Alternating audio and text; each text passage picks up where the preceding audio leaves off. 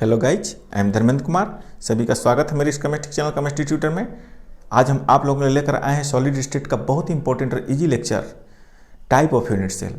Video start करने से पहले हमें आप लोग से छोटी सी रिक्वेस्ट है, जिन लोगों ने मेरे चैनल को सब्सक्राइब नहीं किया तो प्लीज़ सब्सक्राइब करके बेल आइकन को प्रेस करें, साथ ही ऑल नोटिफिकेशन ऑन करें ताकि मेरे द्वारा अपलोड किए गए वीडियो का नोटिफिकेशन आपको पहुंचे सबसे पहले। Let me introduce myself, I am Dharmendra Kumar and my lovely channel chemistry tutor. तो स्टार्ट करते हैं टाइप ऑफ यूनिट सेल। एक और छोटी सी रिक्वेस्ट है, जब भी वीडियो देखें पेन और कॉपी लेकर के देखें और खूबसूरत सा नोट्स बनाएं। तो आइए हम लोग देखते हैं टाइप ऑफ यूनिट सेल, जिसका हिंदी होता है इकाई सेल का प्रकार। There are 4 types of unit cell. इकाई सेल 4 प्रकार का होता है। ये देखिए यूनिट सेल, जिसका हिंदी इकाई सेल। यूनिट सेल का जो फर्स्ट टाइप है वो है सिंपल क्यूबिक यूनिट सेल और प्रिमिटिव यूनिट सेल, जिसका हिंदी होता है सामान्य घनीय इकाई सेल। इसको हम लोग एससी से इंडिकेट करते हैं। सेकेंड यूनिट सेल होता है body centred cubic unit cell, जिसका हिंदी होता है पिंड केंद्रीय घनीय इकाई सेल, और इसको हम लोग बीसीसी से इंडिकेट करते हैं।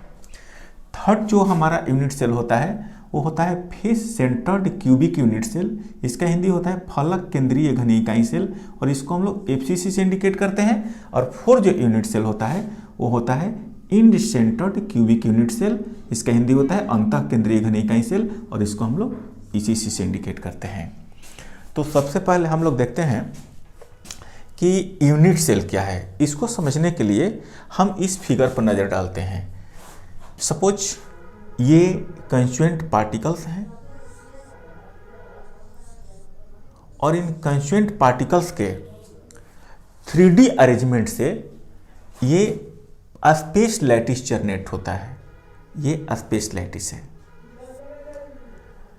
ये हमारा कंस्टिट्यूएंट पार्टिकल्स हो गए, मीन्स अवयवी कण, और इनका 3D अरेंजमेंट करने से सपोज जैसे मान लो कि देखो ये एक्स डायरेक्शन में अरेंज हैं, इधर वाई डायरेक्शन में अरेंज हैं, इधर जेड डायरेक्शन में अरेंज हैं। तो कंस्टिट्यूएंट पार्टिकल के 3D अरेंजमेंट यानी कि एक्स वाई और जेड डायरेक्शन में अरेंजमेंट से स्पेस लैटिस मीन्स आकाशीय जालक जनरेट होता है। अगर हम इन कंस्टिट्यूएंट पार्टिकल के सेंटर को पॉइंट से इंडिकेट करें तो इन पॉइंट को हम लोग लैटिस पॉइंट बोलते हैं, मीन्स जालक बिंदु बोलते हैं। अगर इस स्पेस लैटिस पर नज़र डालें तो देखेंगे कि इनमें बहुत सारे क्यूब प्रेजेंट हैं। सपोज जैसे मान लो कि यहाँ पर देखिए ये पार्टिकल्स, ये पार्टिकल्स, ये पार्टिकल्स, ये पार्टिकल्स, ये पार्टिकल्स, ये पार्टिकल्स, ये पार्टिकल्स और ये पार्टिकल्स, ये पार्टिकल्स मिल करके एक क्यूब फॉर्मेशन कर रहे हैं। और ऐसा ही क्यूब इसके लेफ्ट में है, राइट में है, बैक में है, फ्रंट में है, डाउन अप, सभी जगहों पर ऐसा 3D में ऐसा क्यूब प्रेजेंट है। तो ये अगर पूरा स्पेस लैटिस है तो इसका सबसे स्मॉलेस्ट ज्योमेट्रिकल पोजीशन ये क्यूब हुआ, और इस स्पेस लैटिस का सबसे स्मॉलेस्ट ज्योमेट्रिकल पोजीशन को ही हम लोग यूनिट सेल कहते हैं, मीन्स इकाई सेल कहते हैं। और इस यूनिट सेल के 3D अरेंजमेंट से पूरा के पूरा स्पेस लैटिस जनरेट होता है। अब हम लोग देखते हैं कि यूनिट सेल आखिर 4 टाइप के कैसे हो जाते हैं। तो हम इसको समझने के लिए इस यूनिट सेल को हम यहाँ से निकाल करके हम 4 प्लेस पर रख रहे हैं, एक यहाँ, एक यहाँ, एक यहाँ और एक यहाँ। ये जो यूनिट सेल होते हैं ये 4 टाइप के ही होते हैं। देखिए एक जो फर्स्ट हमारा यूनिट सेल होता है सिंपल क्यूबिक यूनिट सेल, जिसको इसी इंडिकेट करते हैं। इस यूनिट सेल के ओनली कॉर्नर पर कंस्टिट्यूएंट पार्टिकल्स प्रेजेंट रहते हैं। ओनली कॉर्नर्स पर ये कंस्टिट्यूएंट पार्टिकल्स प्रेजेंट रहते हैं। तो इस तरह के अगर यूनिट सेल जनरेट होता है तो इसको हम लोग कहते हैं SC, means simple cubic unit cell. Second type जो हमारा यूनिट सेल होता है उसमें हमारा कॉर्नर पर तो एटम होता ही है, इस कर्नर के अलावे इसके बॉडी में भी कंस्टिट्यूएंट पार्टिकल्स प्रेजेंट रहते हैं। तो फर्स्ट टाइप के यूनिट सेल में ओनली कर्नल्स पर कंस्टिट्यूएंट पार्टिकल प्रेजेंट रहते हैं, और सेकेंड टाइप का जो यूनिट सेल होता है इसमें यूनिट सेल के कर्नल के अलावे, कर्नल पर तो है ही यूनिट सेल कंस्टिट्यूएंट पार्टिकल्स, इसके अलावे पूरा बॉडी के सेंटर में भी एक कंस्टिट्यूएंट पार्टिकल्स प्रेजेंट रहता है। तो ऐसे अगर यूनिट सेल, इस प्रकार का यूनिट सेल अगर जनरेट होता है तो इसको हम लोग बीसीसी कहते हैं, means body centred cubic unit cell बोलते हैं। अगर हमारा यूनिट सेल के कर्नल पर तो एटम प्रेजेंट होते हैं, या आप मॉलिक्यूल्स को या आयन को, यानी कि कंस्टिट्यूएंट पार्टिकल्स कह सकते हो। तो अगर यूनिट सेल के कर्नल्स पर कंस्टिट्यूएंट पार्टिकल्स प्रेजेंट है, इसके अलावा अगर इस यूनिट सेल के ईच फेस के सेंटर पर भी अगर कंस्टिट्यूएंट पार्टिकल प्रेजेंट हो, सपोज जैसे मान लो अपर फेस के सेंटर पर, लोअर फेस के सेंटर पर, लेफ्ट फेस के सेंटर पर, राइट फेस के सेंटर पर, बैक फेस के सेंटर पर, फ्रंट फेस के सेंटर पर अगर कंस्टिट्यूएंट पार्टिकल प्रेजेंट हो तो उसको हम लोग एफसीसी बोलते हैं। फिर से एक भी रिपीट कर रहे हैं, अगर हमारा यूनिट सेल के कर्नल के अलावे ईच सरफेस के सेंटर पर अगर कंस्टिट्यूएंट पार्टिकल प्रेजेंट हो तो उसको एफसीसी बोलते हैं, means face centred cubic unit cell बोलते हैं। और एक फोर्थ टाइप का जो यूनिट सेल होता है उसमें जो कंस्टिट्यूएंट पार्टिकल होते हैं वो कॉर्नर पर तो होते ही हैं, यानी कि जितनी भी यूनिट सेल हैं सभी यूनिट सेल के कर्नल्स पर एटम होते हैं, लेकिन ये जो लास्ट वाला यूनिट सेल है इसके कर्नल्स के अलावे इसके किन्हीं दो अपोजिट फेस के सेंटर पर कंस्टिट्यूएंट पार्टिकल प्रेजेंट रहते हैं।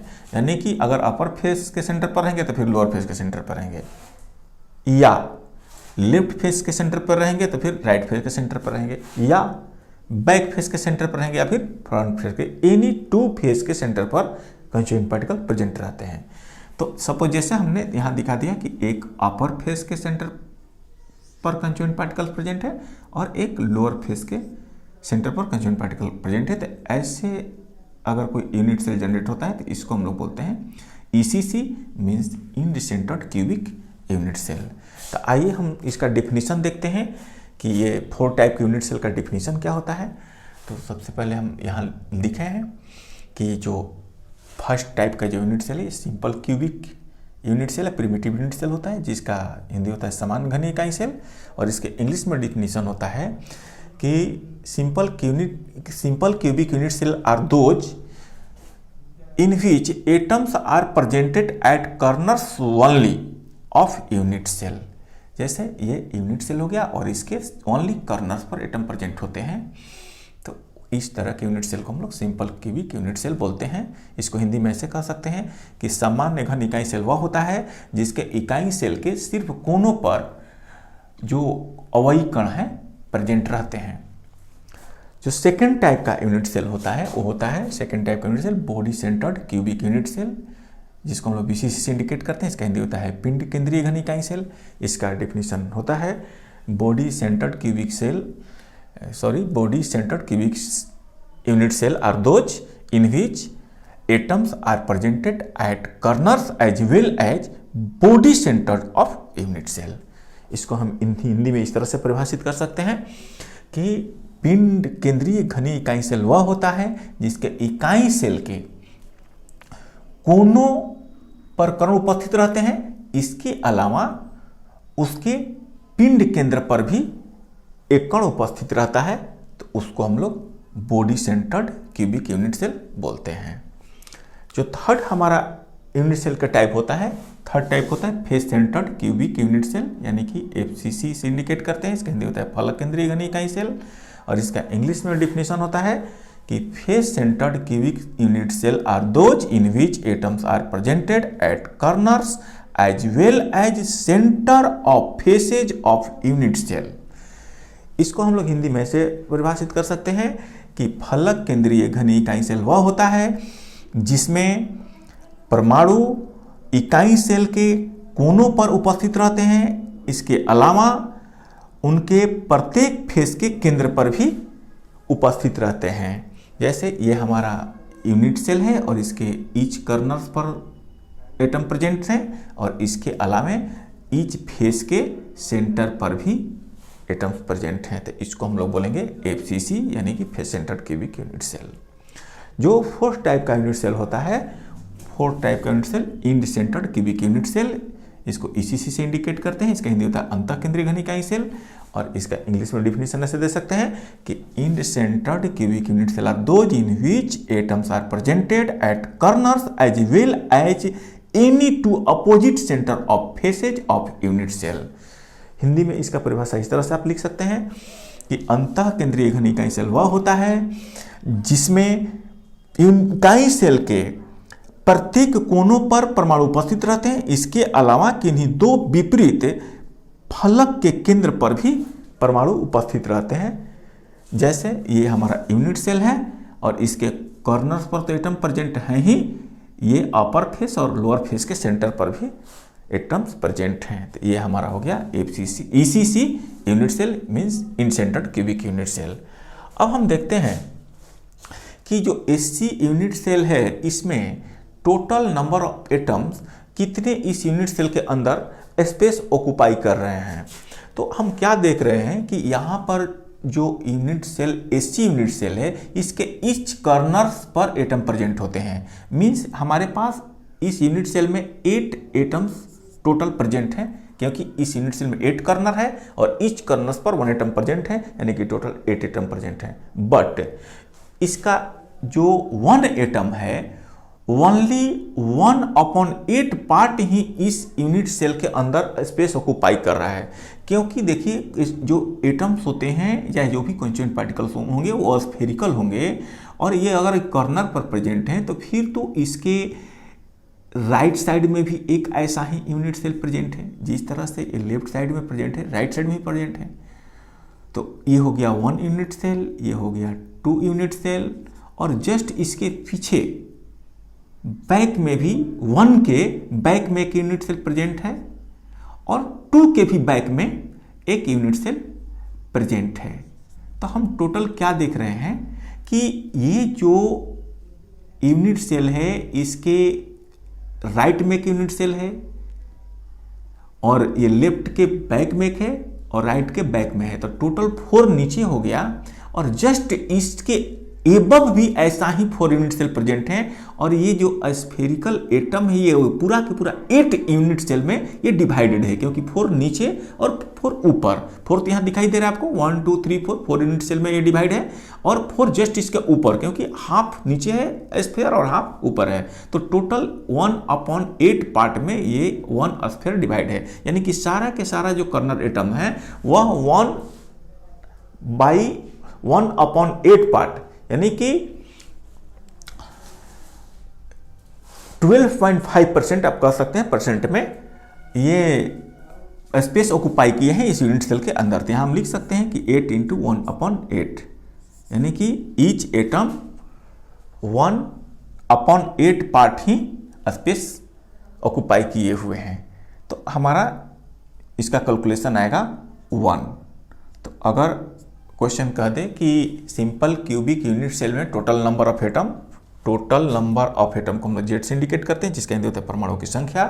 तो अगर आपको बताना हो कि SC यूनिट सेल में total number of atoms means परमाणुओं की संख्या यानी कि जेड कितना होता है, तो आप 1 बोलिएगा।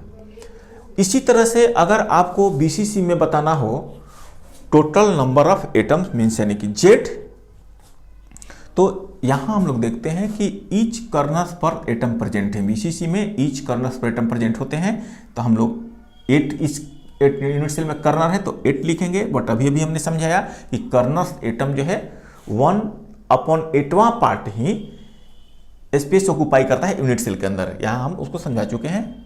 उसी तरह से यहां भी जो कर्नर्स एटम है वह ईच कर्नर्स एटम्स 1/8 पार्ट ही स्पेस ऑक्युपाई करेगा इस यूनिट सेल के अंदर और इसके बॉडी सेंटर में एक एटम प्रेजेंट है। तो जो यूनिट सेल के बॉडी सेंटर में एटम प्रेजेंट होगा वो होल एटम इस यूनिट सेल के अंदर होगा मीन्स वो 100% एटम इसी यूनिट सेल में है, किसी दूसरे यूनिट सेल में वो एटम नहीं है। यानी कि पूरा का पूरा एटम, ये बॉडी सेंटर्ड का एटम इस यूनिट सेल के अंदर है, तो ये पूरा के पूरा होल एटम 1 है।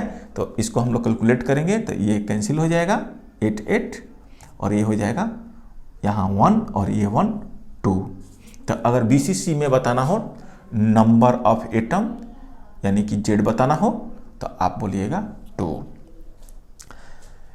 इसी तरह से अगर आपको FCC में बताना हो number of atom means Z, तो इसको देखो ऐसे देखेंगे कि जो FCC होता है इसके ईच कर्नर्स पर तो एटम प्रेजेंट होते ही हैं। तो इस यूनिट सेल में भी 8 कर्नर है तो फिर 8 एटम कर्नर पर हुए, और ईच कर्नर से एटम सिर्फ और सिर्फ 1/8 पार्ट स्पेस ऑक्युपाई करता है।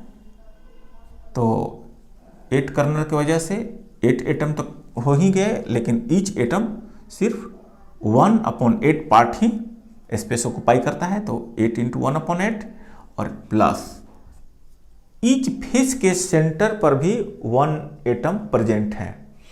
तो किसी फेस पर जो एटम प्रेजेंट रहेंगे तो वो हाफ इस यूनिट सेल के अंदर रहेंगे और हाफ जो है इस यूनिट सेल के बाहर रहेंगे। किसी भी फेस को ले लीजिए, जैसे मान लीजिए कि आपका राइट फेस पर ये फेस के सेंटर पर एटम प्रेजेंट है, तो ये स्फेरिकल होता है। तो स्फेरिकल होने की वजह से कोई भी कंस्टिट्यूएंट पार्टिकल होगा, एटम मॉलिक्यूल और स्फेरिकल होगा, तो हाफ इस यूनिट सेल के अंदर होगा, हाफ इसके बाहर होगा। ये ऊपर में है तो हाफ यूनिट सेल के अंदर होगा, हाफ यूनिट सेल के बाहर होगा। तो सिर्फ जो है ईच एटम हाफ ही यूनिट सेल के अंदर होता है, लेकिन टोटल जो इसमें फेस होता है वो 6 होता है।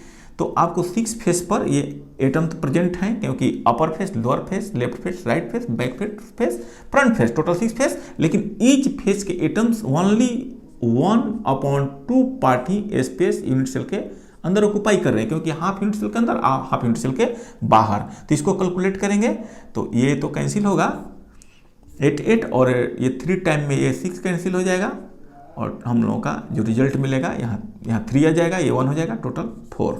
तो FCC का अगर Z बताना हो मीन्स नंबर ऑफ एटम बताना हो, हिंदी में परमाणु की संख्या बताना हो, तो आप बोलिएगा 4। इसी तरह से ECC में नंबर ऑफ एटम कितना होगा, तो ECC में जो नंबर ऑफ एटम होगा इसमें हम क्या देखते हैं कि ईच कर्नर पर एटम प्रेजेंट है, तो कर्नर तो 8 है तो 8 हो गया। बट हम लोग कर्नर एटम के लिए क्या करते हैं कि मल्टीप्लाई करते हैं 1/8 से, और प्लस एनी 2 अपोजिट फेस पर भी एटम प्रेजेंट है। तो 2 फेस पर एटम प्रेजेंट है, कोई भी एनी अपर face, lower face, opposite face होना चाहिए, या लेफ्ट फेस, राइट फेस, किसी भी एनी 2 अपोजिट फेस पर, तो 2 फेस हो गया। लेकिन फेस पर जो एटम होते हैं, फेस के सेंटर पर जो एटम होते हैं, ओनली हाफ ही यूनिट सेल के अंदर होते हैं, हाफ तो यूनिट सेल के बाहर होते हैं। तो इसमें 1/2 से मल्टीप्लाई करेंगे, यानी कि फेस के सेंटर पर जो एटम होते हैं वो 1/2 पार्ट ही यूनिट सेल के अंदर ऑक्युपाई करते हैं स्पेस। तो यहाँ हो गया ये 8 कैंसिल हो गया, और ये 2 कैंसिल हो गया, और ये टोटल हो गया हमारा नंबर ऑफ एटम 2। तो इस तरीक़े से आप SC, BCC, FCC और ECC में number of atoms means Z आप बता सकते हैं कि SC का जो Z होता है 1 होता है, BCC का Z 2 होता है, FCC का Z 4 होता है, और ECC का Z 2 होता है।